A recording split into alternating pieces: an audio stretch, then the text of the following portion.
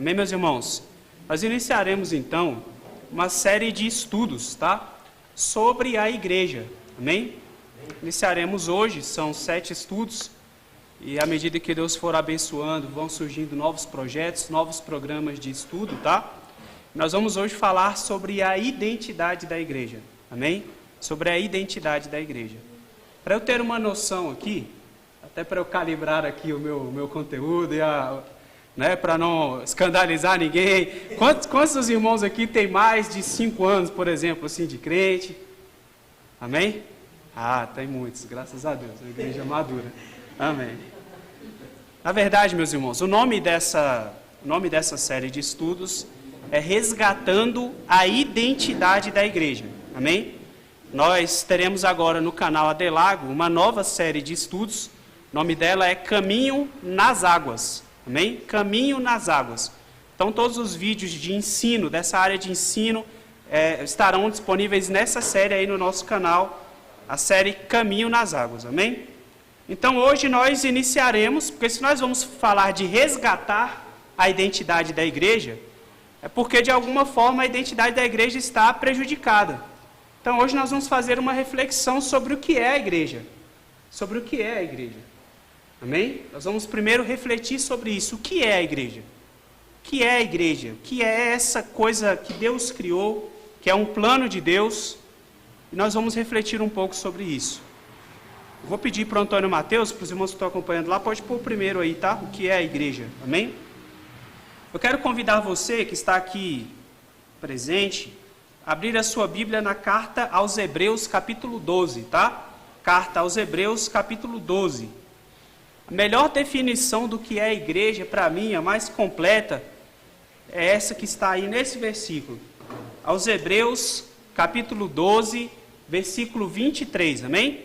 Diz assim a palavra do Senhor: a Universal Assembleia, Igreja dos primogênitos que estão inscritos nos céus.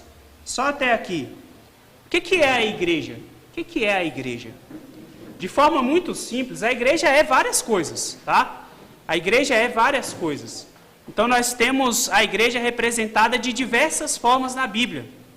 Mas para a gente dizer de uma forma bem resumida, a igreja é a Assembleia Universal dos Santos, de todos os lugares e de todos os tempos. Isso significa que a igreja não é só a AD Totalville, não é só a Adelago, a igreja não é só a Assembleia de Deus, nem só a igreja presbiteriana, nem só a igreja do Brasil, mas a igreja é a reunião dos crentes em toda a face da terra. De todos os povos, raças, tribos, nações, a igreja é formada por eles. Mas a igreja também não é só dos crentes que estão vivos, a igreja atuante. A igreja também é a igreja triunfante, que está no céu aguardando a ressurreição. Porque eles não deixaram de existir. Nós não temos nenhum contato com eles, mas eles ainda são igreja. Os irmãos entendem? Então a igreja é a Assembleia Universal dos Santos, de todos os lugares e em todos os tempos. Todos aqueles que foram salvos pela graça de Deus, desde o início da história até hoje, isso forma a igreja e nós somos parte dela. A igreja não é o templo físico, embora o templo faça parte da identidade da igreja. Não é verdade? Você associa o templo à igreja. Tanto é que quando você vem ao templo, você diz que vai aonde? À igreja, não é verdade? Eu vou à igreja. Na verdade, você está indo ao templo, porque o templo faz parte da identidade da igreja. Amém? Mas a Bíblia diz coisas muito importantes a respeito da igreja. E primeiro, para nós entendermos por que a igreja perdeu a sua identidade, ou tem perdido progressivamente a sua identidade, nós precisamos entender que identidade é essa. Eu quero te convidar para nós passarmos aí por alguns tópicos que formam o que é a identidade da igreja. O que forma a identidade da igreja? Primeira coisa, tem uma coisa sem a qual uma igreja não pode ser igreja. Ela não vai passar de uma reunião de pessoas. É a presença do Espírito Santo. Uma igreja pode existir sem templo? Pode. Uma igreja pode existir com poucas pessoas? Pode. Uma igreja pode existir sem um culto de ensino? Pode. Quantas igrejas nós temos em lugares onde o evangelho não é permitido, a igreja é perseguida, e essas pessoas vivem às vezes de pequenos trechos da Bíblia que eles memorizaram. Mas uma coisa não pode faltar à igreja, é isso que define a identidade da igreja, é a presença do Espírito Santo. Sem Espírito Santo não há igreja. Sem o Espírito Santo não existe igreja. O Espírito Santo é o que define a identidade da igreja. Depois, a palavra de Deus, a doutrina, a história, a tradição, os costumes, a liturgia, todas essas coisas formam a identidade da igreja. Mas tem coisas que não podem mudar. O costume pode mudar, o costume muda. Se você for aqui agora, lá na África, em uma igreja na África, você vai ver costumes diferentes. Não é verdade? Você vai ver uma liturgia diferente. Lá na igreja da Vila Planalto tinha um pessoal que era da Nigéria e da Costa do Marfim. E aí um dia colocaram o pessoal para fazer uma parte do culto ali. Não tem nada a ver com a liturgia do nosso culto, irmãos. Nada a ver. Primeiro que a liturgia delas é baseada na dança. Dança. O culto deles é dança o tempo todo. Então o que foi a liturgia do culto? Elas foram lá para frente, começaram a cantar, dançar. E os irmãos nós ficamos meio assim. Porque a liturgia pode mudar de acordo com a cultura. Os costumes podem mudar de acordo com a cultura, de acordo com o tempo, com a época. Porque o tempo muda. E a igreja não pode ser resistente a inovações boas. Por exemplo, se nós não tivéssemos boas inovações, esse culto não estaria sendo transmitido pelo YouTube. Não é verdade? Mas tem coisas que não podem mudar. E o problema é que é justamente as coisas que não podem mudar que têm sido mudadas. A doutrina não pode mudar. O apego, o amor pela palavra não pode mudar. Mas essas coisas têm mudado. Isso tem conduzido a igreja por um caminho perigoso. Olha o que diz Efésios capítulo 1, versículos 13 e 14. Tendo nele também crido, fostes selados com o Espírito Santo da promessa, o qual é o penhor da nossa herança, para a redenção da possessão adquirida, para louvor da sua glória. O que a palavra de Deus está dizendo aqui? Que a presença do Espírito Santo, que é o selo, é ela que marca uma igreja genuína. Porque ela é selo. O selo marca autenticidade. O selo marca que aquilo ali é verdadeiro. Que aquilo ali não foi corrompido. Não é verdade? Mas até a presença do Espírito Santo, até a presença do Espírito Santo, a igreja tem, muitas vezes, deixado de lado. Amém?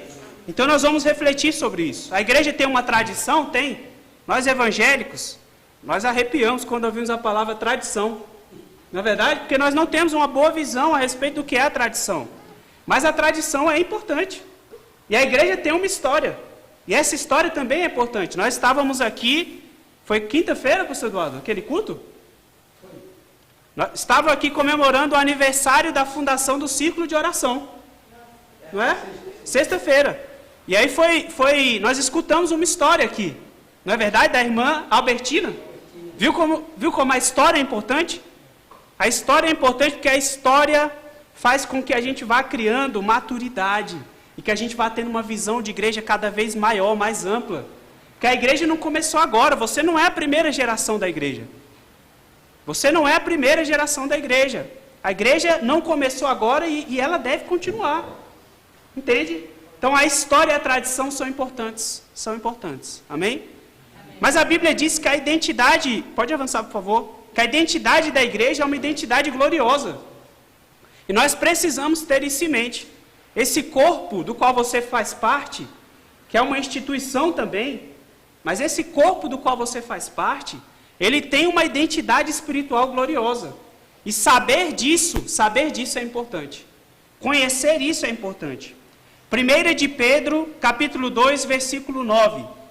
Olha só o que Pedro diz a respeito da igreja. Mas vós sois a geração eleita, o sacerdócio real, a nação santa, o povo adquirido, para que anuncieis as virtudes daquele que vos chamou das trevas para a sua maravilhosa luz. Então, olha o que Pedro está construindo em nós, uma identidade gloriosa para a igreja. Porque a igreja é geração eleita, a igreja é sacerdócio real, a igreja é nação santa, é povo adquirido. Isso revela uma identidade poderosa para a igreja. Não é verdade? Olha só o que Paulo diz em 2 Coríntios 5, 19 e 20. Isto é, Deus estava em Cristo reconciliando consigo o mundo, não lhes imputando os seus pecados, e pôs em nós a palavra da reconciliação, de sorte que somos embaixadores da parte de Cristo, como se Deus, por meio de nós, clamasse. Olha só que coisa poderosa isso, meus irmãos. Não é verdade? A igreja, ela é reconhecida pelos céus como a representante de Deus na terra. E por meio da igreja, Deus está clamando ao mundo para que se arrependa. É ou não é uma identidade gloriosa? A identidade da igreja. Depois, olha o que Paulo continua dizendo em 2 Coríntios 2, 14 e 15. 2 Coríntios 2, 14 e 15. E graças a Deus, que sempre nos faz triunfar em Cristo, e por meio de nós manifesta em todo lugar a fragrância do seu conhecimento. Porque para Deus somos o bom perfume de... Olha que coisa linda isso. A igreja tem o papel de exalar Cristo. A igreja tem o papel de transmitir o aroma suave do conhecimento de Deus. E é através de nós que Deus transmite esse aroma ao mundo. Essa fragrância ao mundo, esse perfume ao mundo. E por último, 1 Timóteo, capítulo 3, versículo 15.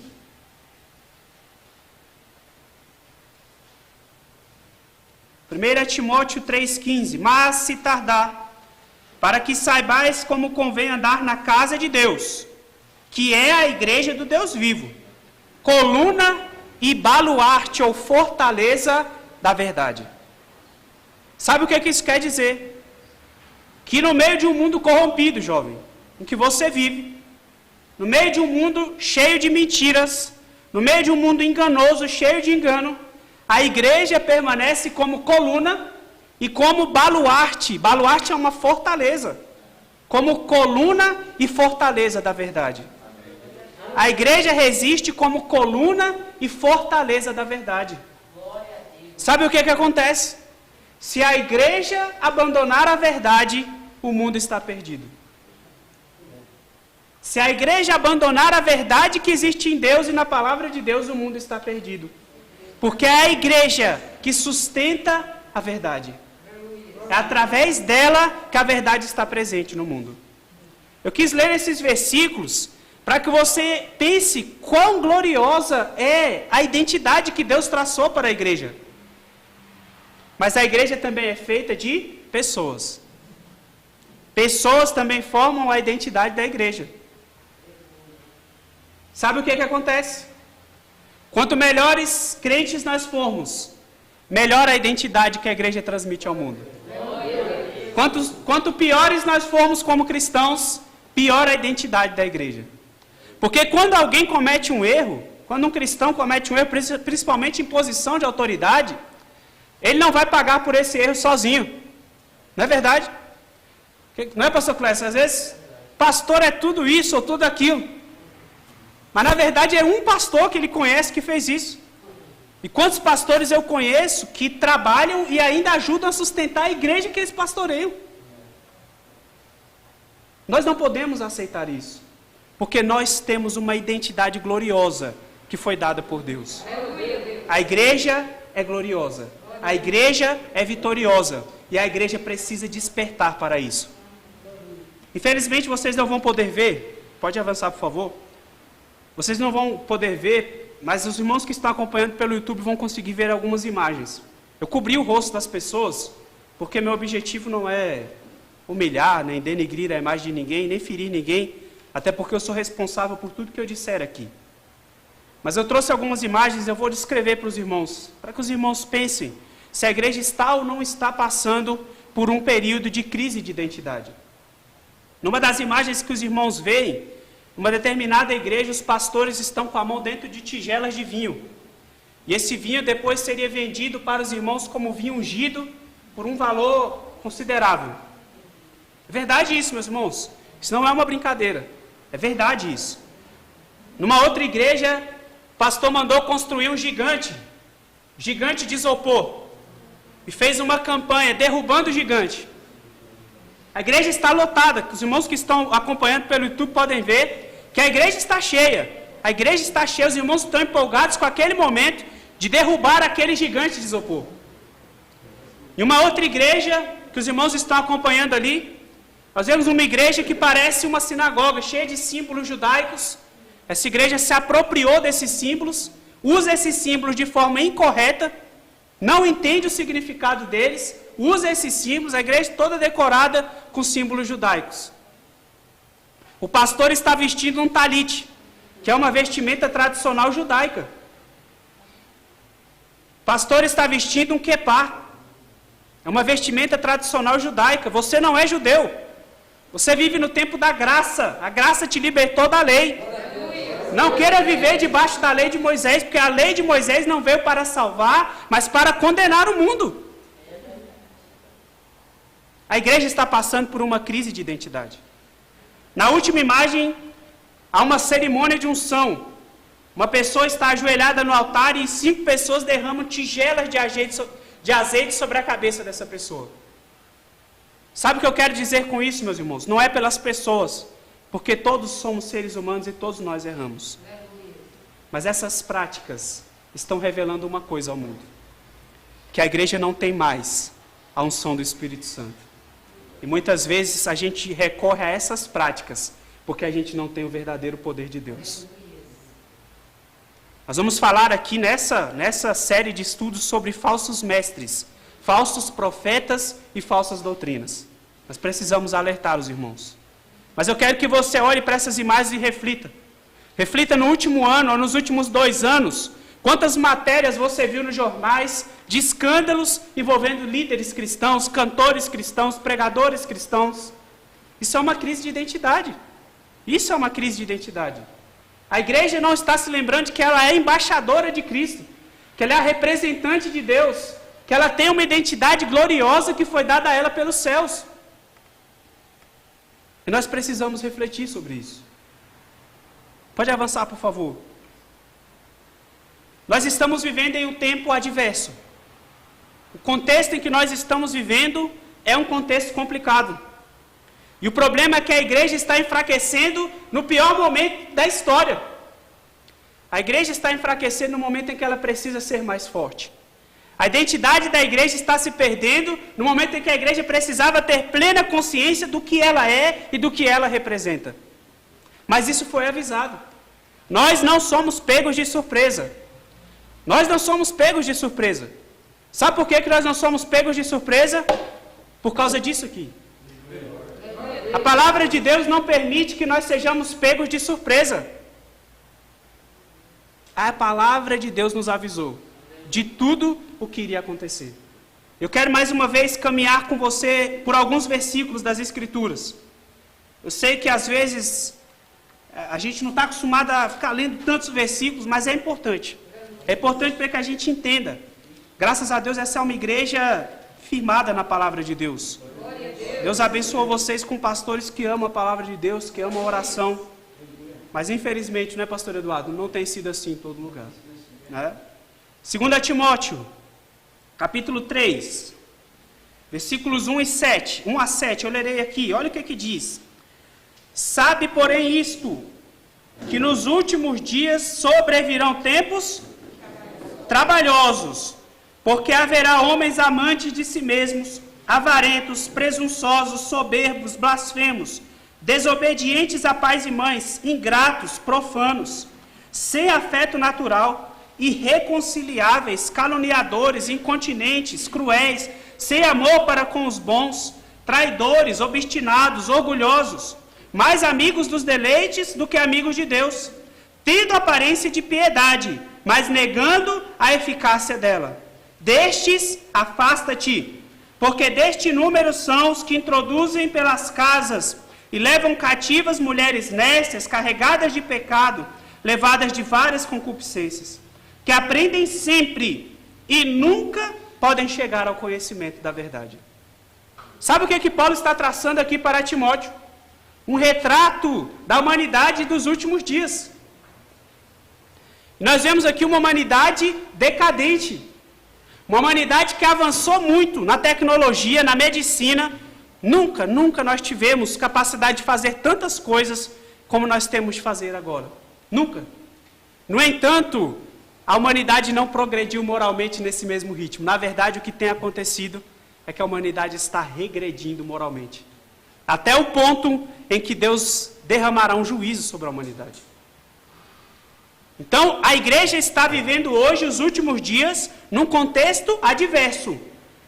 Por quê? Porque nós estamos vivendo um tempo de decadência moral.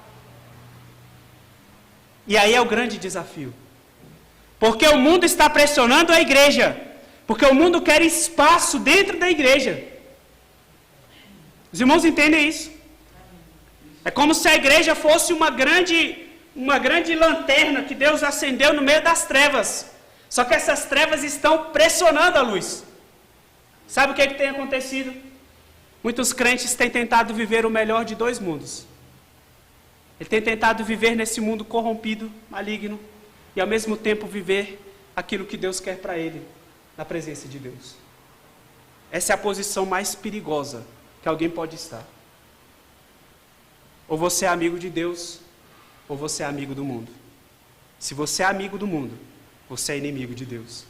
E ser inimigo de Deus é a pior posição que alguém pode estar. Não existe nada pior. Tenha milhões de inimigos humanos. Não queira Deus como inimigo. Os irmãos entendem?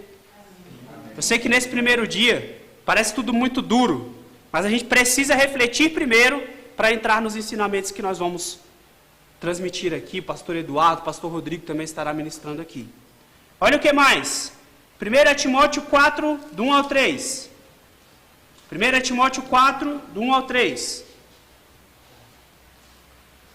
Mas o Espírito expressamente diz que nos últimos tempos apostatarão alguns da fé, dando ouvidos a espíritos enganadores e a doutrinas de demônios, pela hipocrisia de homens que falam mentiras, tendo cauterizado a sua própria consciência. Só até aqui, suficiente.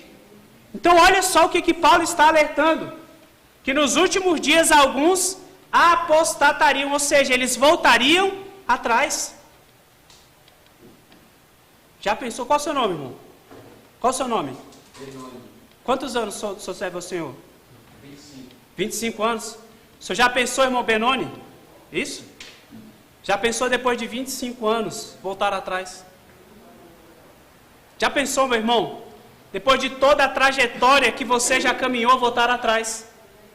Mas os últimos dias será marcado por muitos crentes voltando atrás.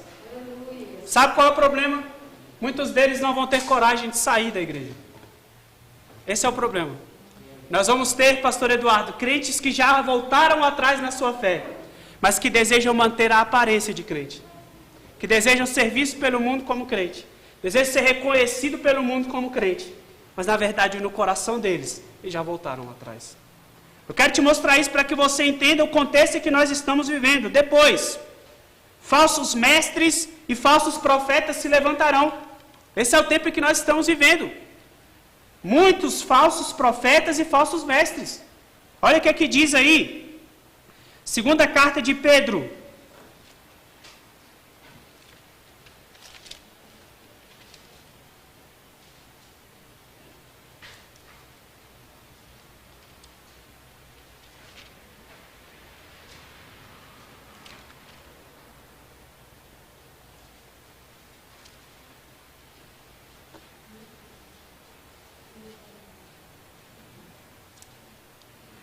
Vamos ler Mateus 24, 11. Vai ficar mais fácil. Mateus 24, 11.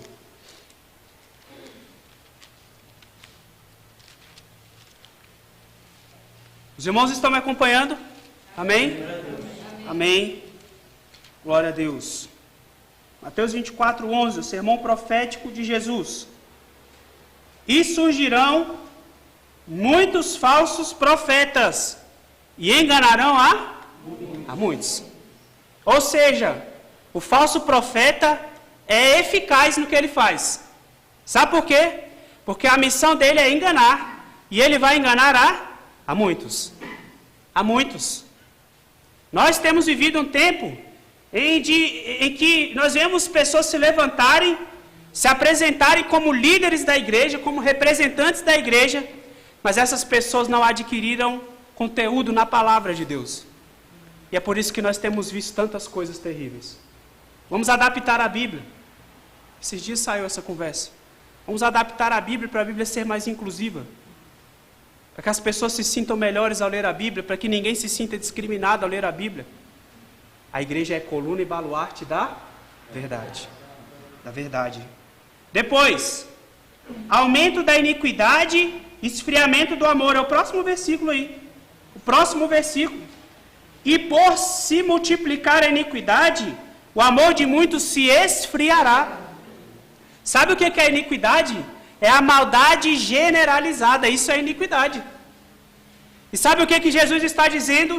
Porque a maldade está se multiplicando de uma forma tão grande, o amor de muitos está esfriando. Então olha só, nós vivemos num contexto de decadência moral da humanidade, apostasia, surgimento de falsos mestres, de falsos profetas, escassez de amor, escassez de fé. O que Jesus disse lá em Lucas 18:8? Quando, porém, vier o Filho do Homem, porventura achará fé. Não foi isso que ele perguntou? Nós vivemos num contexto de escassez de fé. Escassez de fé. Fé não é acreditar que Deus pode fazer as coisas, porque se você não acredita que Deus pode fazer alguma coisa, você sequer sabe quem é Deus. Fé não é isso. Fé é ter em Deus uma confiança inabalável. Inabalável. Que não depende das circunstâncias. E nós estamos vivendo um tempo de escassez de fé. Escassez de fé. Nós estamos vivendo esse tempo. E por último, nós vivemos um tempo crescente de pressão das trevas. As trevas têm pressionado a igreja. Agora eu estou falando no mundo espiritual. As trevas têm pressionado a igreja. Paulo diz aos Efésios, a nossa luta não é contra a carne nem... Nossa luta não é contra as pessoas. Nossa luta é contra principados, contra potestades, contra dominadores do maligno. Então existe uma luta. Existe uma luta. Porque o diabo anda ao nosso derredor, rugindo como um, buscando a quem possa tragar. Buscando a quem possa tragar. Então essa luta existe. Sabe o que acontece? Abre aí o último versículo, 2 aos Tessalonicenses 2, do 3 ao 7. 2 aos Tessalonicenses 2, do 3 ao 7. Você que nos acompanha aí também, abra sua Bíblia, amém? Você que está nos acompanhando pelo YouTube, abra sua Bíblia em casa, vamos juntos ler. Todos acharam?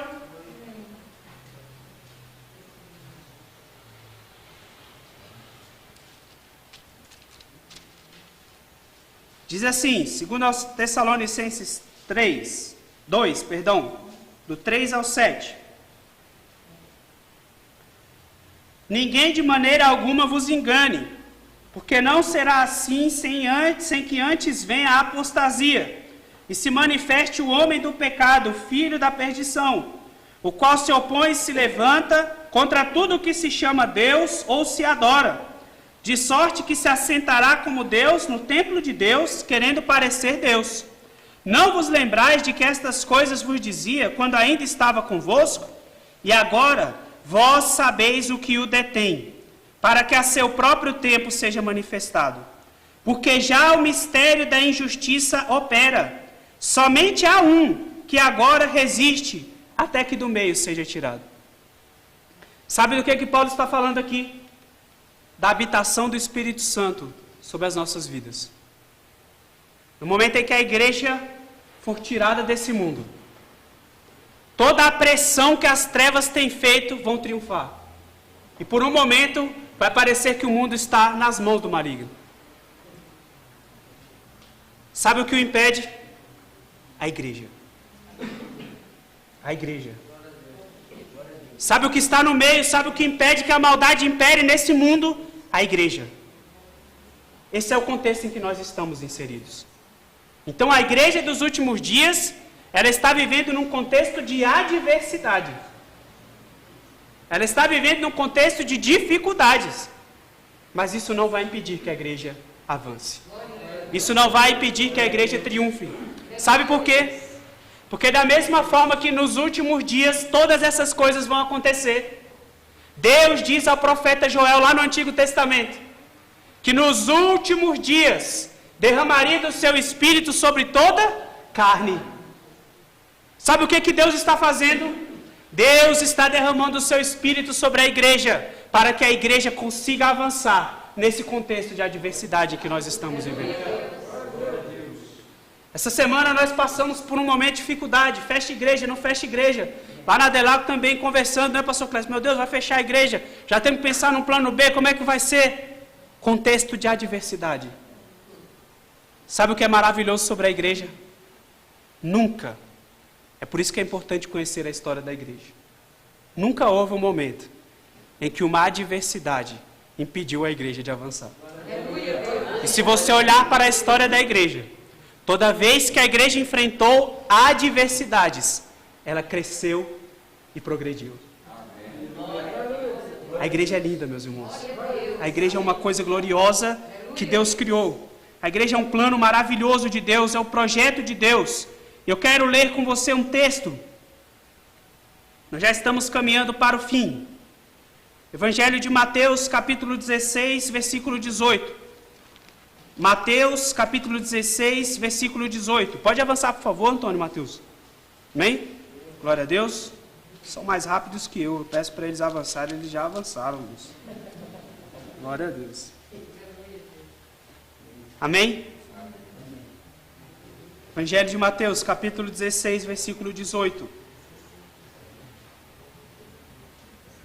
Pois também eu te digo que tu és Pedro, e sobre esta pedra edificarei a minha igreja, e as portas do inferno não prevalecerão contra ela.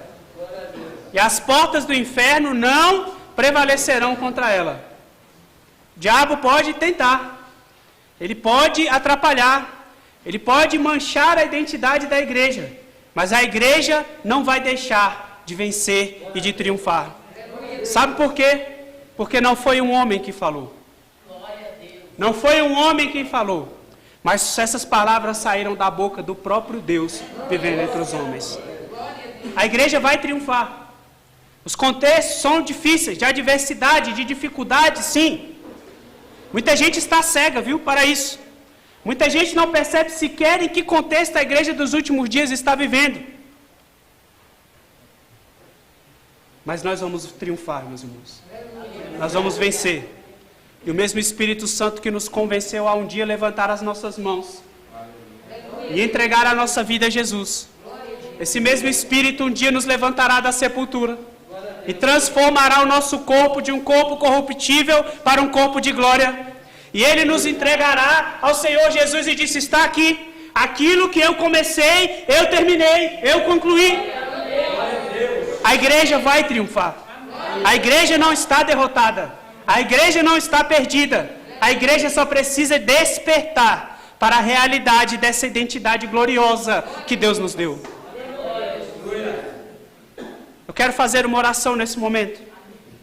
Eu quero chamar aqui o pastor Clécio para orar. Nós vamos orar pela igreja. Passa mais um slide, por favor. Eu vou mostrar para os irmãos. Pode vir, pastor Clécio. Vou mostrar aos irmãos aqui os temas que nós conversaremos. Primeiro, o de hoje, uma reflexão sobre a situação atual da igreja. Amém? Os cristãos e o mundo, nós vamos falar sobre qual deve ser o nosso posicionamento. Na era do politicamente correto, como que nós devemos nos posicionar diante desse mundo? A mensagem do Evangelho. Mostrar aos irmãos como a mensagem do Evangelho tem sido corrompida de uma forma perigosa. Depois, a doutrina cristã. Tem gente que não sabe o que é doutrina, e por isso não gosta. Né? Quem não gosta de doutrina é porque não sabe o que é. Quem sabe o que é, gosta, sabe que é importante e é necessário. Depois, falsos profetas, falsos mestres e falsas doutrinas. Vai pegar fogo esse dia aqui, viu? Culto cristão, louvor e adoração. Aquilo que nós conversamos, incorporamos no projeto, viu? Culto cristão, louvor e adoração, nós vamos falar. Amém? E depois, última lição, voltando à simplicidade. Voltando à simplicidade. Nós vamos falar sobre práticas da história da igreja que nós não devemos perder, nós devemos continuar adotando. Se você assiste a gente pelo YouTube, não deixe de se inscrever no nosso canal, não deixe de curtir o vídeo, tá? Se você gostou, curta esse vídeo, compartilhe com outras pessoas. Eu creio que essa mensagem pode ser útil para muitas pessoas. Hoje nós estamos aqui na ADTV, no Totalville. Se você, porventura, esse vídeo te alcançar e você mora aqui perto, Santa Maria, Valparaíso, nós estamos aqui no Totalville, Avenida Monumental, é isso? Lote 1, no Totalville Mall, primeiro andar, amém? Pastor Eduardo e missionária Célia te receberão aqui com todo carinho, amém? A ADTV é uma congregação da Adelago, Assembleia de Deus do Lago Norte, pastoreada de forma exemplar, maravilhosa pelo pastor Eduardo, missionária Célia. Se você estiver aqui por perto, venha, amém? Venha aqui, o pastor Clécio está do meu lado, os irmãos que conhecem sabem por que eu estou rindo, amém? Então você que mora aqui perto, venha, amém? Que Deus vai abençoar a sua vida poderosamente nesse lugar. Eu vou pedir ao pastor Clécio que faça uma oração pela igreja, nós oraremos aqui também, tá? Depois eu vou pedir à missionária Célia fazer uma oração de agradecimento, amém, missionária Célia? Pastor Eduardo com suas considerações e bênçãos apostólicas, amém? Irmãos, igreja do Totalville, muito obrigado pelo carinho de vocês, tá? Pela forma como nos acolheram tão carinhosamente, tá? Recebam um abraço do pastor Rodrigo, de toda a Adelago, tá? Os irmãos são maravilhosos, bênçãos de Deus nas nossas vidas, tá? Estou à disposição dos irmãos, amém? Pastor Clécio.